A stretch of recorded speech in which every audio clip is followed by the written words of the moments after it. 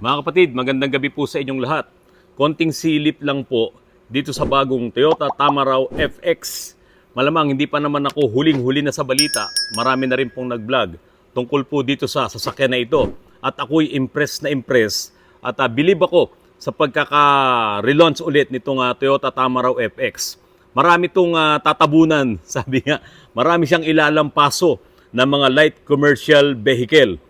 Kasi po, bago lumabas itong Toyota Tamaraw FX na to, mga kapatid, merong nangunguna, namamayagpag pagdating sa light commercial vehicle. At ito nga po, itong L300 na FB. Yan, Mitsubishi. Ang makina nito ay naka-common rail na siya, 4M14, 2.2 liter diesel. Malakas, siyempre, yan yung makina ng Montero. Yun nga lang, ang problema dito sa mga makina na to, kapag napabayaan ng mga driver ng gumagamit at nag-overheat, unang-una overheat, no? Kasi napakahirap i-maintain ng mga ganitong klaseng sasakyan eh. Kasi iaangat mo pa yung upuan, kung tatamad-tamad yung driver mo, di ba kasi pang negosyo, pang biyahe, o yung mga lalamove na yan, yung mga nagdi-deliver. So ngayon, hindi mo maitaas, hindi mo ma-check ang langis mo, hindi mo ma-check ang tubig mo, nag-overheat, ito na. Hindi lang yung cylinder head ang nagwa-warp, pati yung block. Kasi nga po ang block nito ay aluminum din. Kaya yung ginawa ko na L300 na FB dito, na namintana ang kanyang mga connecting rod. Ayan, butas yung block, nagpalit ng bagong makina. Ang sumunod sa L300 na sumikat, ayun nga Kia na K2500 na diesel. Ito yung sumunod sa L300. Pagkatapos noon ay yun ng Hyundai na H100. May nagawa na rin ako niyan. Ito naman po, nakahigop ng tubig doon sa kanyang air cleaner kasi ang design naman ng air cleaner nito ay nandoon sa harapan, sa ilalim ng bumper. Doon, katapat siya ng bumper. Kaya pag inilusong to sa baha, kahit sabihin mo nga sintaas lang ng tuhod mo yung baha, makakahigop ng tubig yan at ayun, nagbaluktutan ng kanyang connecting rod. So yun naman ang isang hindi maganda dito sa mga H100 na ito. Tapos ang sumunod po doon ay yung Suzuki na Carry. Yan, diesel na rin po yan. Sinundan ng Toyota Light Ace. Masyado naman maliit. At hindi siya panlaban doon sa L300 FB. Kaya nga ang nangyari sa kanya, panlima siya. Tapos sinundan ng Isuzu Travis. Ito namang Travis, okay sana. Kaya lang medyo mahina, no? Palibhasa, ang ginamit dito ay 4JA1 lang din na makina. 2.5 lang yan na ginawang CRDI. Medyo kapos siya sa lakas at sa bilis. Sinundan ito ng Maxus na B80, tapos Hyundai Staria. Ngayon, yung Nissan Urban Cargo. Yan. Yung van din to, pero cargo, tanggal mga upuan nito. At sumunod naman ay yung Toyota Hi-Ace na cargo. So ito yung mga maliliit na van ng Toyota Hi-Ace, ito yung mga commuter na nauna. Pero wala pa akong nakita na cargo ng mga modelo, yung malalaki. Kasi nga, meron pala silang gagawing mas okay. Ayan. Ngayon, itong Nissan Urban na cargo, meron ngayon lalabas na niribadge, no? Niribadge ngayon ito ni Mitsubishi. Kaya nga po mga kapatid, merong lalabas ngayon na L350. Di ba kasi NB350 kasi yung Nissan Urban eh. So ngayon, merong lalabas na L350. Nag-rebadge po ngayon si Mitsubishi nitong NB350 body. Pati kung ano man yung mga itsura doon, siguro konting-konti lang yung babaguhin. Ito ngayong L350 na ilalabas ng Mitsubishi next year na raw yan, ay yung pong mismong NB350 po ng Nissan. Kasi magkasosyo naman yung dalawa na yan. Iisa lang din po yan. Ngayon, ito na po mga kapatid. Lahat nitong mga sinabi ko sa inyo, 1, 2, 3, 4, 5, 6, 7, 8, 9, 10. Itong mga light commercial vehicles na to, na 10, ilalampaso ngayon to nitong bagong Toyota Tamaraw FX. Di ba? Doon pa lang sa problema ni Hyundai na H100 na kapag nilusong mo sa baha, ay nakakahigop ng hangin yung kanyang air cleaner. Ito pong Toyota Tamaraw FX ay ginaya talaga yung mismo air cleaner niya nandito na sa itaas. Kung ano yung nakikita mo sa Hilux mo, ganun na ganun ang design ng engine ito. Parehas ng engine, 2GD. FTB po ang ginamit dito. Kaya malakas, biro mo, 140 horsepower. Tapos 400 Newton meter of torque. Ganun siya kalakas. Kaya nga, yung sa ibang bansa, ginagawa pa tong pangarera. Biro mo, ang gaan ng body.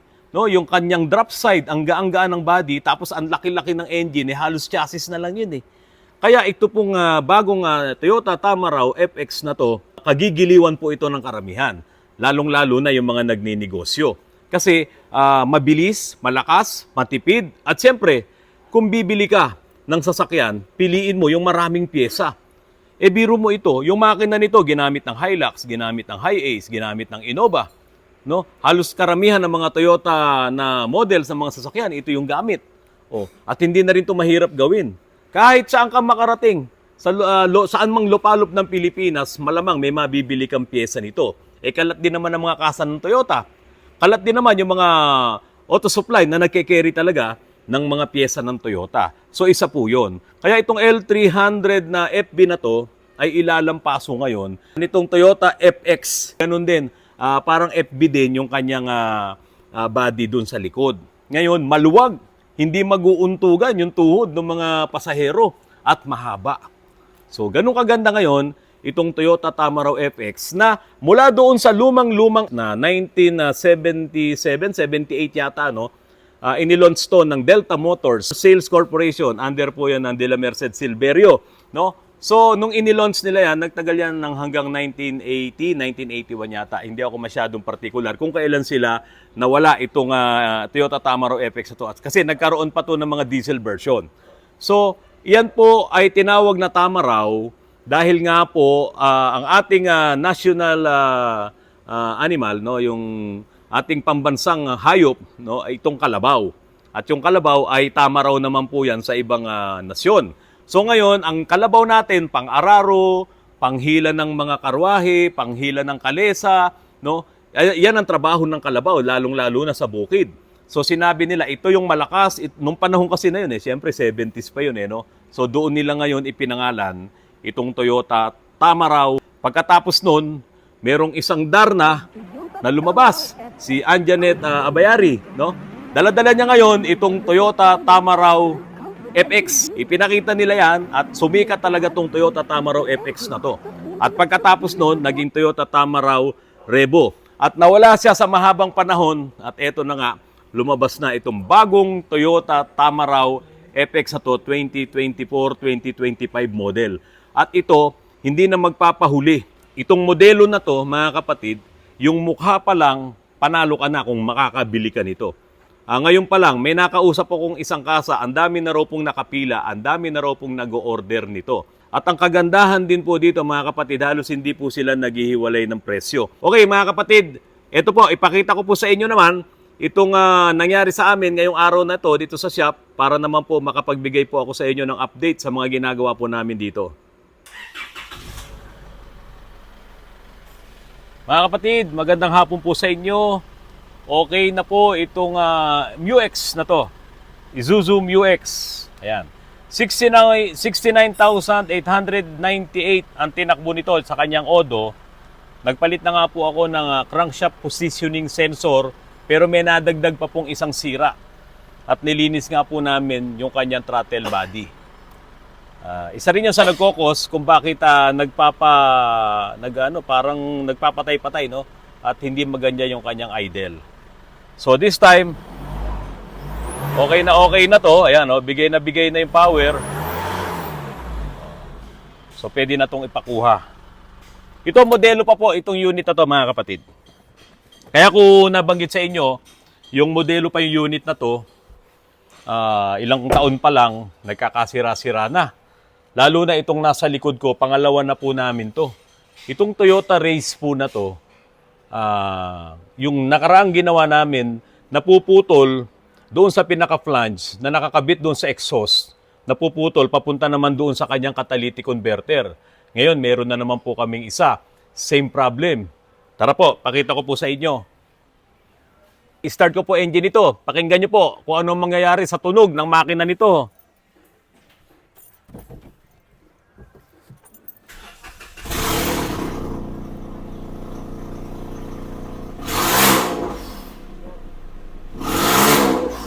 Ayan. Naka-check engine pa. Ito, tignan nyo, naka-check engine. Oh. Ayan, tignan nyo, naka-check engine, oh. Oh. Kasi nga po, yung kanyang oxygen sensor, hindi maka-reading ng tamang value, no, data, dahil nga po, mga kapatid, naputol yung pinaka-flange doon sa kanyang catalytic converter, doon sa kanyang catcon. Yun dito mismo. Hindi ko pa nabubuksan. Init kagad kasi nga dito na lumalabas yung exhaust eh. So, bubuksan natin yan. Another issue to, pang ilan na natin to. Alam mo ito sa Toyota, no? Kailangan tanggalin yan at magwe-welding na naman tayo. So, ipinapakita ko lang sa inyo yung mga materyales, yung mga pyesa ngayon, itong mga sasakyan na to, talagang medyo mahina. Mas mabuti pa itong mga lumang sasakyan na to. Talagang matitibay. Ito naman, kaya nandito yan, ay nagse-set up po kami, inaangat namin yung kanilang mga body, yung kanilang suspension para makalaban sa matataas na baha. Ngayon, punta po tayo dun sa labas, may ipapakita po ako sa inyo. Mga kapatid, maniniwala ba kayo sa akin na yung mga binili nyong sasakyan noong year 2000 ay halos lahat ngayon ay nagkakasira-sira na? Halos lahat po. Ngayon, dapat talaga proper maintenance. Yun ang pinaka-importante. Itong Fortuner na to, nagme-maintain lang tayo, wala itong ibang sira. Kaya lang talagang marumi yung intake manifold. Ano po kuya? O yan, tapos lalagyan natin ng isa sa pinakamagandang langis na available dito sa atin. Yung Repsol na leader. Napaka-importante, alagaan nyo talaga ang inyong mga makina. Kasi kung hindi, narinig nyo naman yung tunog po ng isang sasakyan doon, parang bangka. Ganun ang mga tunog ng mga motor ng bangka kasi wala silang muffler. Dire-diretso na talaga yung ingay ng makina na lumalabas doon sa kanyang exhaust.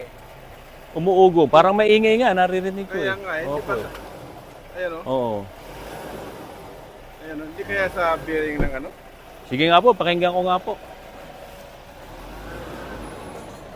Po, magandang hapon po.